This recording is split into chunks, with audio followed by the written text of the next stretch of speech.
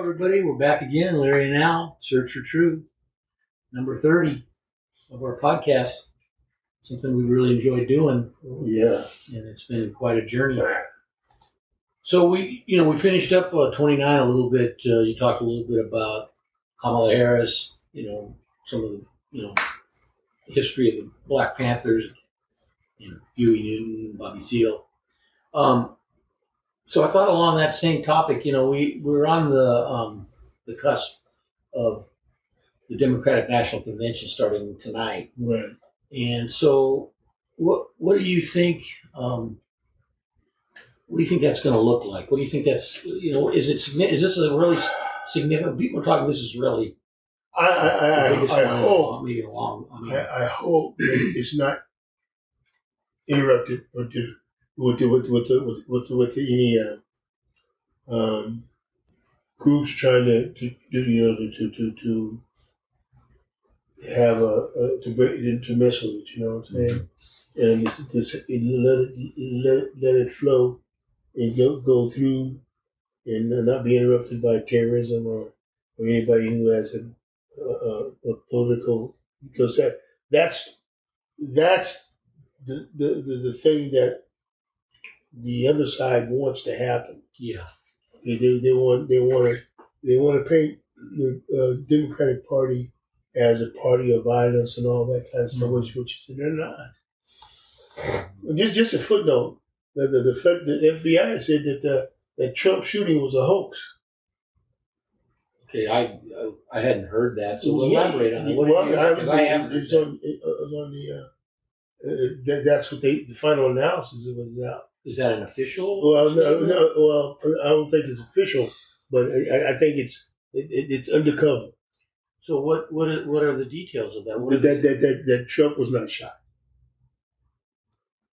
Okay, that's the part that's not a hoax. The hoax that he was not shot. He was shot. He may have been shot at. Yeah. But he was not shot. So how did his ear bleed?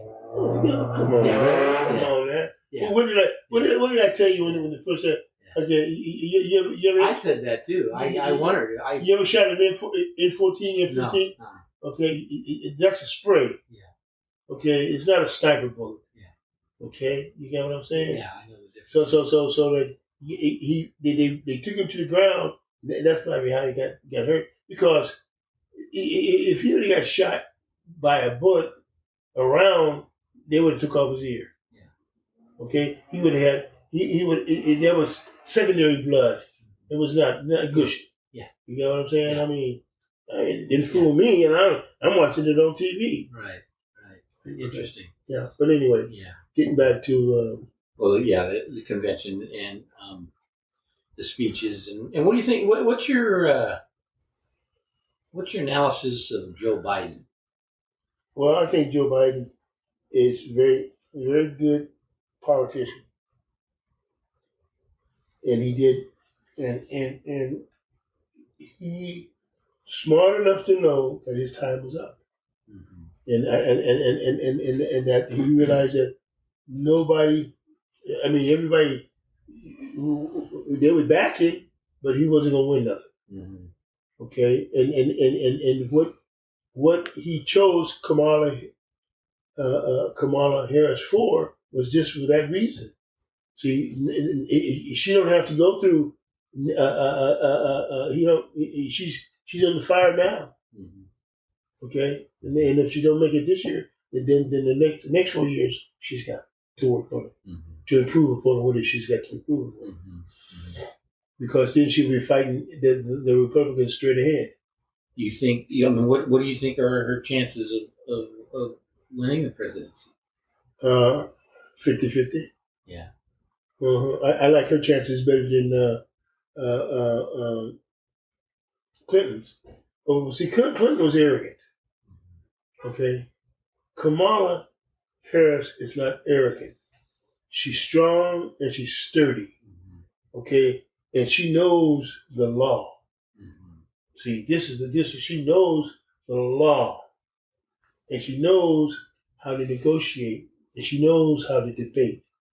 So let's talk about the debate. I was thinking about that. What do you foresee that looking like? Trump won't be able to do what he's been doing to everybody, overtalk him. Okay, he won't be able to overtalk her because she'll have the facts. She's got facts. Yeah. She'll have the receipts. She'll fact him. She'll fact him in real time.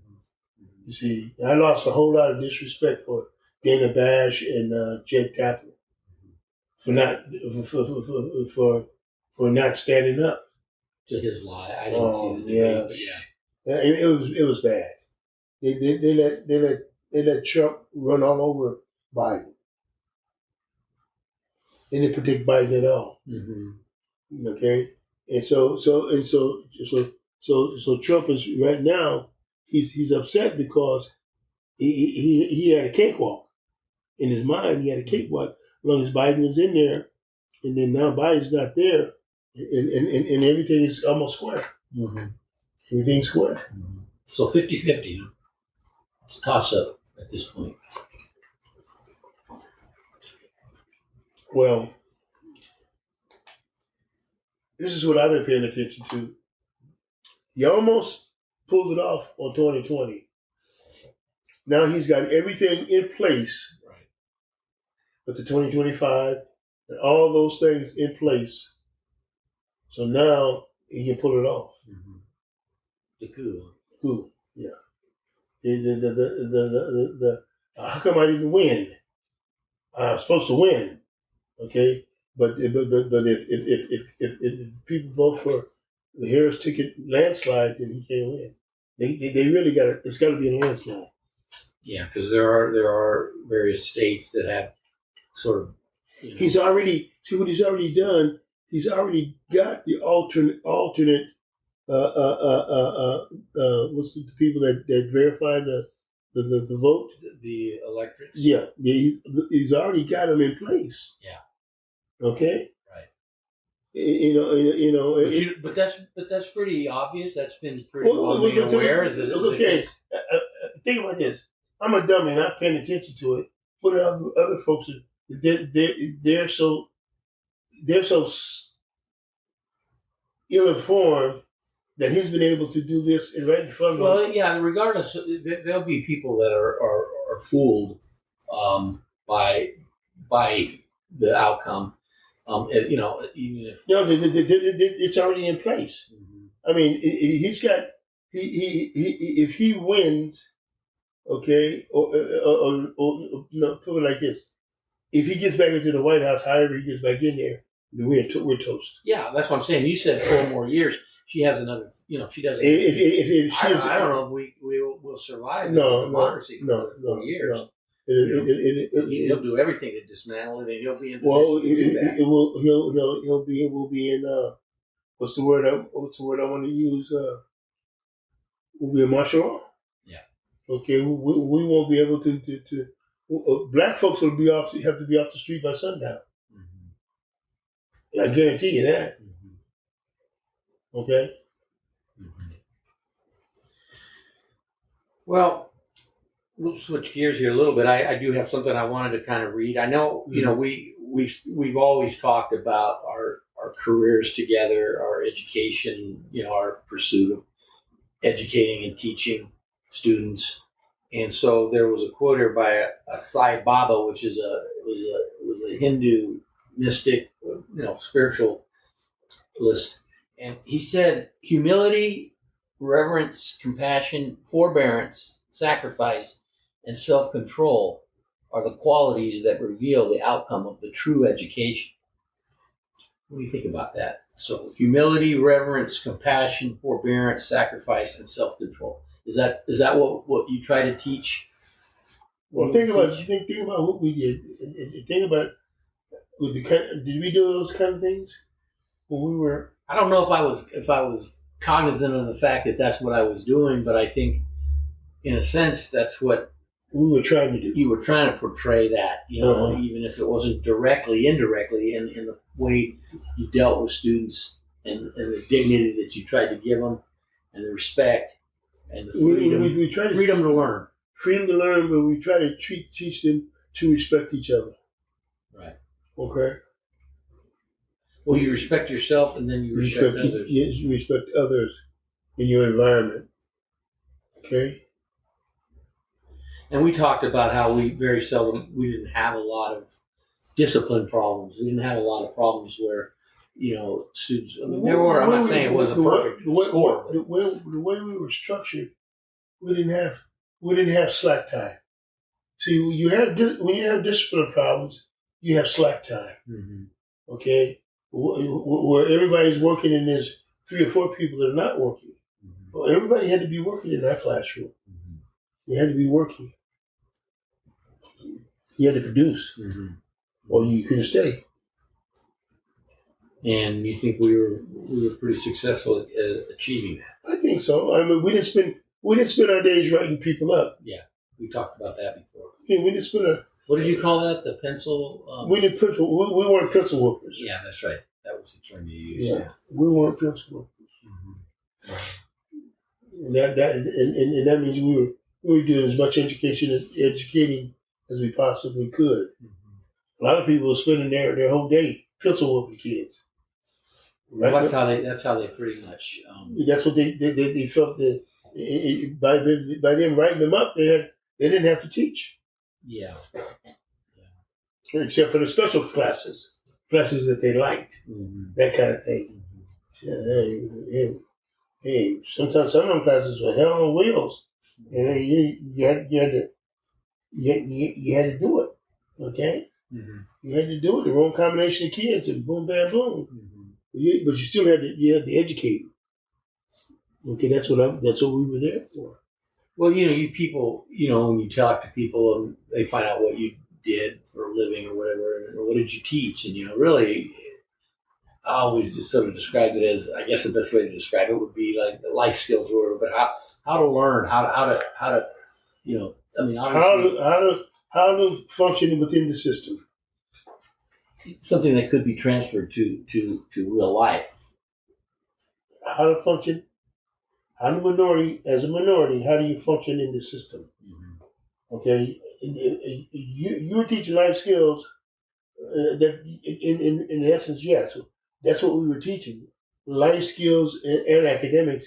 How do you function? How do you go over there and get a job? Mm-hmm. Okay, how do you talk to the white man? Mm-hmm. Okay, do you think we emphasize that? No, we talked about how do you present yourself to the public. Right. Okay. Right. Okay, because we might have indirectly been saying but because white folks didn't want to see us. They didn't want to see Mexican kids, and they didn't want to see any black kids. We didn't have black kids. We had Mexican kids, mm-hmm. and as long as if there were girls and trying to do something, that was fine. But boys and thuggish, no. So you had to really educate the young people on how to present themselves. That's what we had to do. And they weren't necessarily getting that somewhere else, right? Well, they were. If they weren't in school with us, where were they at? Mm-hmm. Think about the kids that we were dealing with. Okay, they were kicked out of the continuation school. They were out of the high school, continuation school, and they were sent to us. Mm-hmm. Where else would they go? Were we the last stop? What else, Larry? Yeah. Where else would we go? Mm-hmm. We were juvenile court schools. Mm-hmm. And the worst thing that happened was when Tony changes from juvenile court schools to alternative and correctional ed. Okay, that made them feel good, like they would really teach it. You see what I'm saying? But those people never understood what juvenile court schools were, and that's a whole different process than alternative and correctional ed. Mm-hmm. Okay, that's like saying over here is Dom Perignon, but over here is piss water. And I want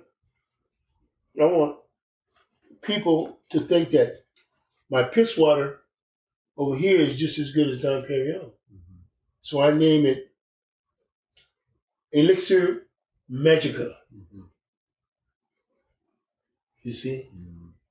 But what he really is piss water. You get it? Yeah. Okay. Yeah. Okay. But they didn't want to.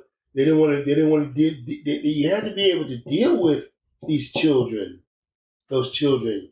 You had to be able to get in with them in order for them to go through.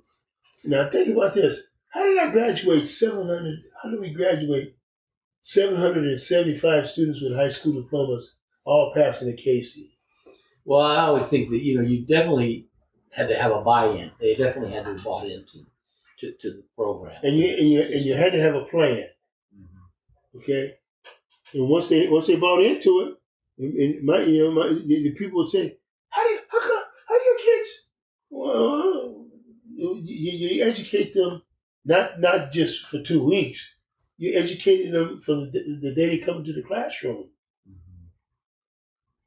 You're preparing the slope and writing and things like that. Okay, and that's how people go forward.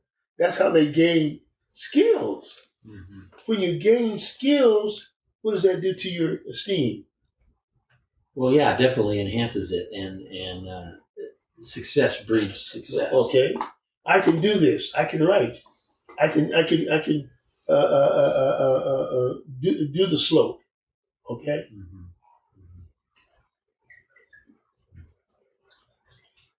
Well, we've been talking again about aging and getting older and getting more experience in life, and you have more experiences, and some of the terms that we've talked about is forbearance and tolerance was one of them, and I asked you about tolerance and the need to develop that. Do you think that's an important need? Oh, at my age, I have to be tolerant. Okay, I have to understand. I can't just get before.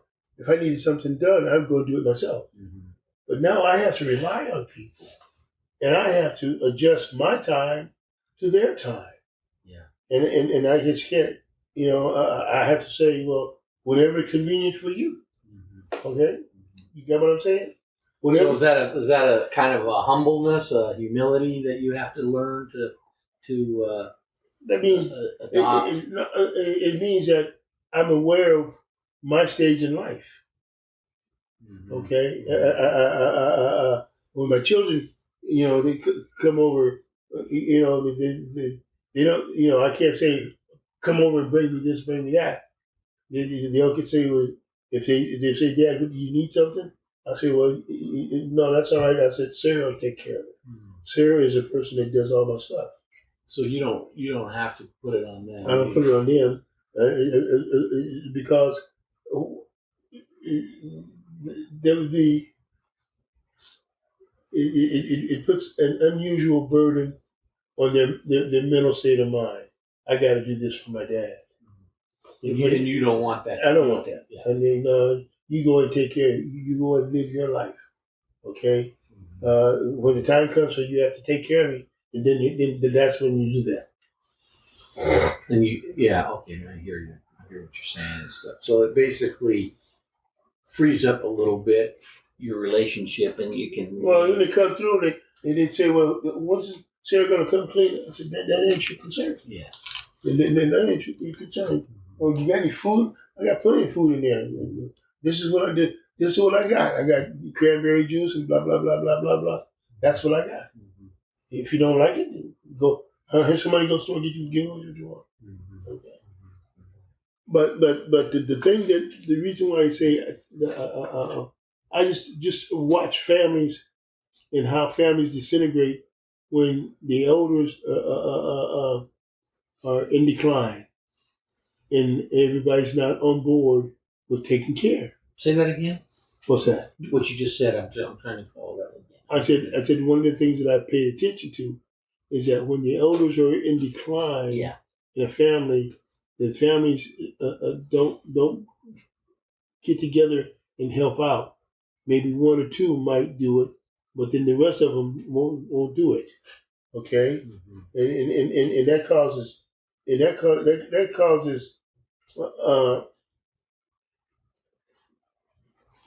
Right? That causes problems. Dissension? Well, I'm here. Why can't you help me? It's your mother and father too. You get what I'm You saying? hear that comment. Oh well, I'm just paying attention to it. Okay, and this is why one of the things that why I don't put pressure on my children. Okay. Mm-hmm. Okay. I mean, so that's sort of a lesson that you might share to those who come after you, as far as they're not interested. I've talked to. I've tried. Mm-hmm. Way before the time came. Okay. Way before the time came. Why don't you do this? Maybe you could come go down and help out. Mm-hmm. No. Okay, but going to be on the bandwagon if something goes wrong. I want my rights. I want this. I want that. Mm-hmm. Okay, but what did you do? What did you do? Mm-hmm. How did you help out? Yeah. But even though you have siblings in the family, they could be all selfish too. They can be all selfish. Well, there's no guarantee that they're gonna rise up to their better self, and do the so-called right thing. But like I said, it's we have a long history, and a lot has to do with our memories. About everybody needs their memories to keep the worth of insignificance from the door. Everybody needs their memories. They keep the wolf of insignificance from their door. If you don't have them, if you don't have memories, can you keep the wolf away? Yeah. If you don't, I have the memories. Well, yeah, and you've shared a lot of them. But too many of them have not paid attention. All along the line, I've tried to intercede and teach and give open up doors or pay attention to things, but everybody says, well, you know what? I know what's best for me. Which is fine. There's nothing wrong with having that kind of attitude. Mm-hmm. But how do you go about it? The reason why I got to be who I am is because, think about this. I landed in Orange County, 1968. Right. I'm going to St. Anna College, and there's only six black students on the campus. Mm-hmm. 8. One is my brother-in-law's ex-brother-in-law's wife, and the rest of the guys are football players. Think about that. Mm-hmm. And the guys say, "Still, do you want a job?" I said, "Yeah." Mm-hmm. All right, so go see so and so, and go see so and so, and tell them I sent you. Yeah. And that's how I got going. Mm-hmm. Okay. I did all kinds of things, flushing toilets, whatever. Right. Making money. I had my money stream. Mm-hmm. But what I'm saying was I had to learn how to get along. And I will say this, in my whole professional career, going down the line, there's not been one black person to give me a hand. No? No. Well, how many people have really given you a hand? I mean, have you? Well, it's been a whole lot of folks that have given me a hand, mm-hmm. who paid attention to what I was doing and felt that I had worth. Mm-hmm. Like when I was up at Cal Poly, like I was over at Ralph Hunter. I was a box boy at Ralph's. Then I went to Swedlow. Then I go up to Cal Poly, and my campus job was flushing the toilet in the men's gym, in the gymnasium, putting toilet paper in there, and then Tuesday and Thursday nights I go up and clean the science building. And I had flunked the chemistry class, and I was in there one night, and I sat up front, and the chemistry professor said, "Oh, wow, this is what I used to do when I was in college. I used to clean the buildings." I said, "Yeah, I'm a vet, blah blah blah." We got to talking. Well, how'd you do on the test? Well, I flunked the first Kim 1. I flunked that, but I'm taking Kim 2, and I'm gonna. He said, "Well, this is what I'm gonna do. I'm gonna give you all the answers. You study. When you want to take the test again, come in and take your test." I said, "Yes, sir." Mm. And so what I did was, I'm in Kim 2, but I'm studying that shit. The Kim 1, all that shit right there. So I go in there and I take the test. And one evening I take the test, and I get it's a 4-unit class, and so I get I pass it. I pass it with a D plus. And he said, you can take it again if you want to get a C. I said, no. I said, that's all I need. Mm. That's all I need. And I said, thank you. So I moved on, and I got a C in the other one, in 2. Okay, you get what I'm saying? Yeah. So those are the kind of people. And I want you to pay attention to this. So we had the one unit class, turf management. Did you take turf management? Mm. You were a P major. No, I was P major. Turf management. Okay. And that and we had to, you had to. So we was up there, and I felt the class, and I said, man, I need to pass this class. That's the class I need to pass to graduate. Mm. Turf management. Turf management, 1 unit, okay, P.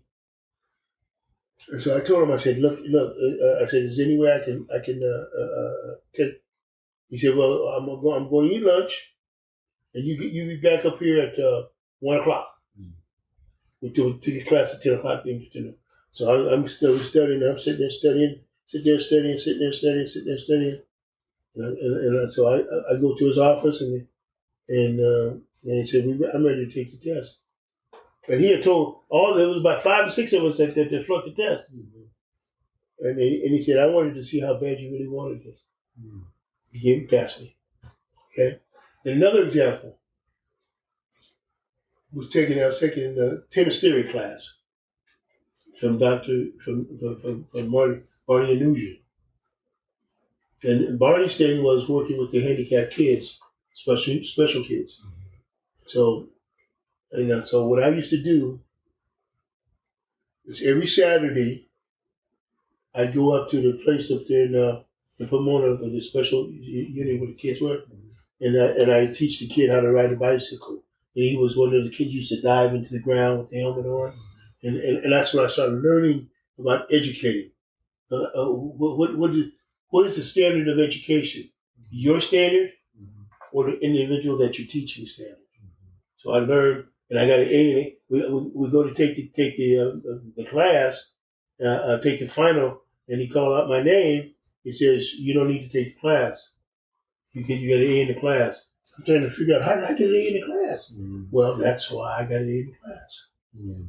Okay, just the fact that I paid attention and did the extra thing, mm-hmm. without being explained to me what it was. Just went ahead and did it. Yeah. And that's how that's the way I got along. Just like I got the job at the working at the county. They put the thing in my box, and I filled it out. And the next thing I know, I got an interview. Yeah. Okay, because people watch you. People pay attention to what you're doing. You see what I'm saying? Right. Okay, and just like I paid attention to you, and that's why I chose you to be my teacher in the program that I was running. And you, we don't do that anymore. Okay, too often they say, well, hey, this is Joe and so and so. He knows Joe, so he's got to be good. It's not what you know, it's who you know. Yeah. And a lot of those guys that you worked with over at Juvenile Hall in that program, well, they were all the skaters and flakers and jakers out there was, and they were stealing money like crazy. And And the reason why they wanted me over there, they wanted structure. Okay? But I'm structured for myself. But but as you get older, I'm 80 years old now, and I'm thankful that I still have the ability to think and speak and help those who seriously want help. Mm-hmm. Everybody doesn't want help, and they don't realize that you got to push forward. You got to go forward. You got to go forward. All right. Well, we're going to wrap this number 30 up, and we'll Okay. until next time. All right. We'll keep on keeping on. Okay. Did I answer your questions? Yeah. Right on. Spot on. The only thing I got left to do is write this book. Now, I really want to get this book with his writings and my writings together, so that we can leave something behind. Yeah. Good idea. Yeah. Definitely. All right. Peace out, brother. Peace out. Those of you that are out there listening, subscribe to our page so that you can get the notifications of when we're going to record again.